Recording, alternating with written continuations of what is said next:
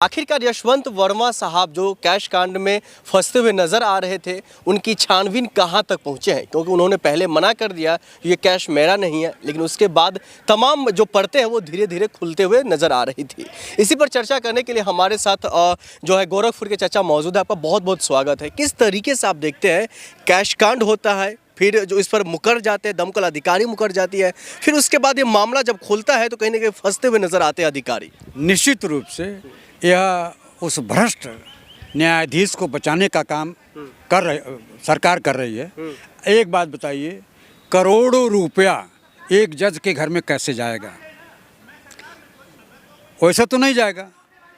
कहीं न कहीं सरकार की मिलीजुली साजिश है और उस जांच की प्रक्रिया चूँकि भारत सरकार के गृह मंत्रालय के अधीन है, दिल्ली की पुलिस गृह मंत्री के अधीन है, अब तक कौन सी कार्रवाई हुई आम जनता को इसकी जानकारी नहीं हो पा रही है। जबकि नियम ये है कि आम जनता को इसकी जानकारी देनी चाहिए।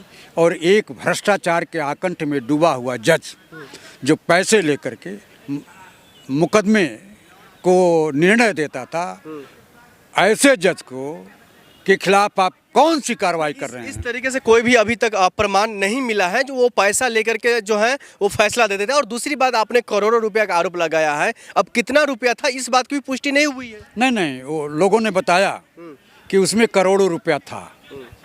और वो रुपया कहाँ से आया? क्या इंटेलिजेंस दिल्ली पुलिस के पास नहीं है? गृह मंत्रालय के पास खुफिया विभाग नहीं है? तो ऐसे तो जैसे कश्मीर में आतंकवादी मार के चले गए, वही हालत यहाँ भी है। इसी जज के घर में 1 करोड़ रुपया एक भ्रष्ट जज के यहाँ आ रहा है और आप कह रहे हो करोड़ रुपया कैसे आया? आपकी जानकारी में ये रुपया मेरे कहने के अनुसार कहीं भारत सरकार के किसी मंत्री का तो नहीं है। क्यों बचाने का प्रयास किया जा रहा है? कौन बचा रहे हैं इनको? गृह मंत्री बचा रहे हैं। इसलिए बचा रहे हैं कि यहाँ की पुलिस गृह मंत्रालय के अधीन होती है और अभी वहाँ पुलिस छावनी बनी हुई है, तो जांच क्यों नहीं हो रही है? और जांच की प्रक्रिया को आम जनता को क्यों नहीं बताया जा रहा है? क्यों पर्दा रखा जा रहा है? क्यों छिपाया जा रहा है? इसका मतलब है कहीं न कहीं दाल काली है, दाल में पूरा काला है। आपको दिल्ली पुलिस पर भरोसा नहीं है? भरोसा कहाँ से रहेगा? यहाँ पहलवानों को आपने नहीं देखा? जो पहलवान यहाँ आंदोलन कर रही थी और जो मेंबर ऑफ पार्लियामेंट से उनके खिलाफ कौन सी कार्रवाई किया? बड़ी छूट गए, मुकदमा चलता रहा। वो जाकर के गोंडा में अपना मौज पानी छान रहे हैं। उसी तरह से दिल्ली पुलिस कहीं न कहीं संदिग्ध है। अगर संदिग्ध नहीं होती तो अब तक इसकी जांच की प्रक्रिया पूरी हो जाती। हजारों वकील इसका विरोध कर रहे थे, इलाहाबाद हाईकोर्ट के वकील, जो यहाँ पे इसको ट्रांसफर नहीं किया जाए, उसके बावजूद भी उनको वहाँ पर ट्रांसफर किया गया और उन्होंने पद भी जो है संभाल लिए। निश्चित रूप से इलाहाबाद हाईकोर्ट की बेंच जो इनका यूनियन है वकीलों का, उन्होंने जोरदार तरीके से विरोध किया कि इस जज को इलाहाबाद न भेजा जाए, क्योंकि इसके बारे में लोगों को जानकारी है।